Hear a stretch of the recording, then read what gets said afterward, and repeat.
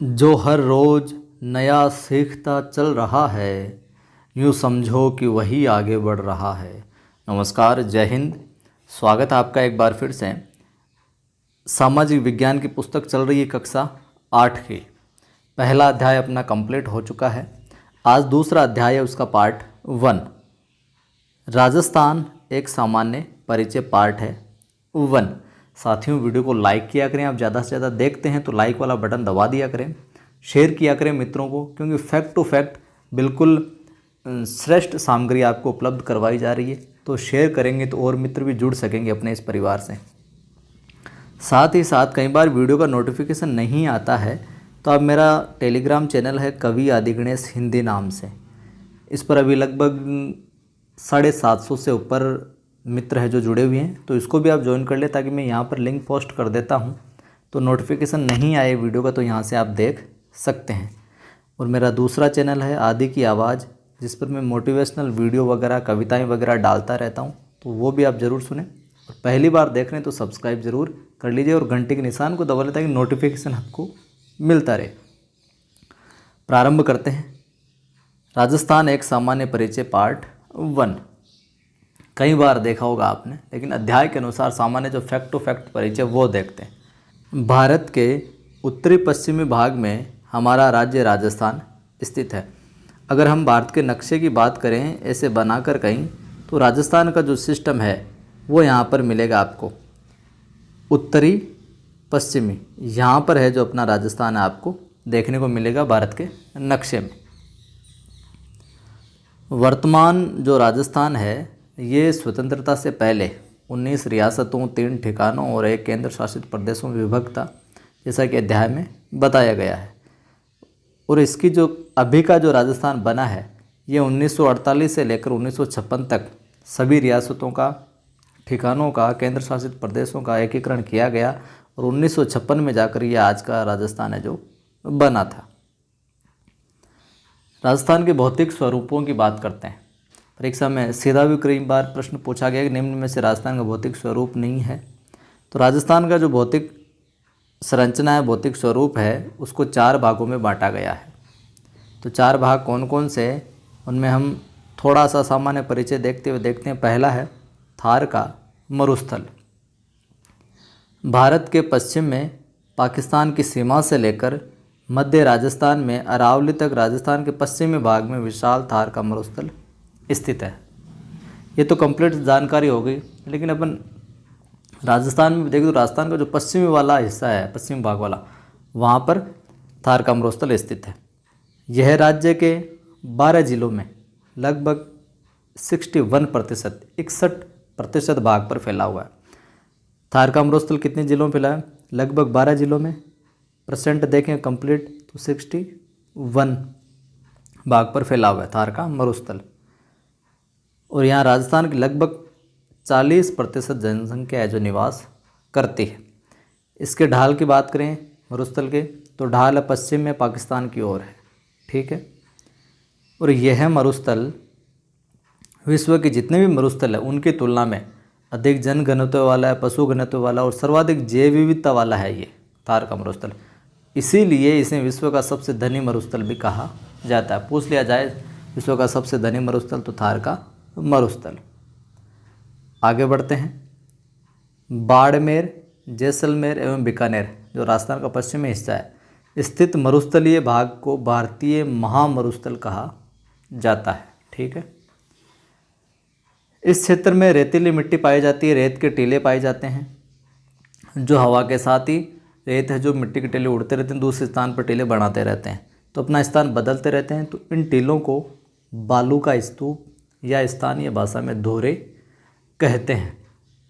YouTube पर भी आपने नेट पर देखा होगा, धोरों वाली मिट्टी तो रेत की हवा के वेग के साथ ही उड़ती रहती है दूसरे स्थान पर, तो वो उन टीलों को बालू का स्तूप या स्थानीय भाषा में धोरे कहते हैं। ये प्रश्न भी पूछा गया है।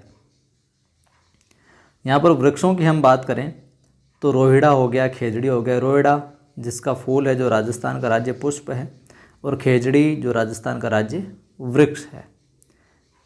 यहाँ पर झाड़ियों की बात करें तो केर, आक, थोर, फोग आदि प्रमुख झाड़ियाँ हैं। और घास की बात करें, जो घास के संबंध में कई बार पूछा गया है, तो यहाँ पर जो घास पाई जाती है मरुस्थल में, इसमें श्रवण, दामन और करड़, ये यहाँ घास मिलती है। अब हम आगे बढ़ते हैं अरावली पर्वत की ओर। तो राजस्थान के मध्य भाग में दक्षिण पश्चिम से, दक्षिण इस हिस्से से, इस दक्षिण पश्चिम से उत्तर पूर्व यहाँ बढ़ते यहाँ ऐसे दक्षिण पश्चिम से उत्तर पूर्व की दिशा में राज्य के लगभग 9% भाग पर अरावली पर्वत है जो फैला हुआ है। ऐसे करके यहाँ से ऐसे के 9% भाग पर अरावली पर्वत फैला हुआ है।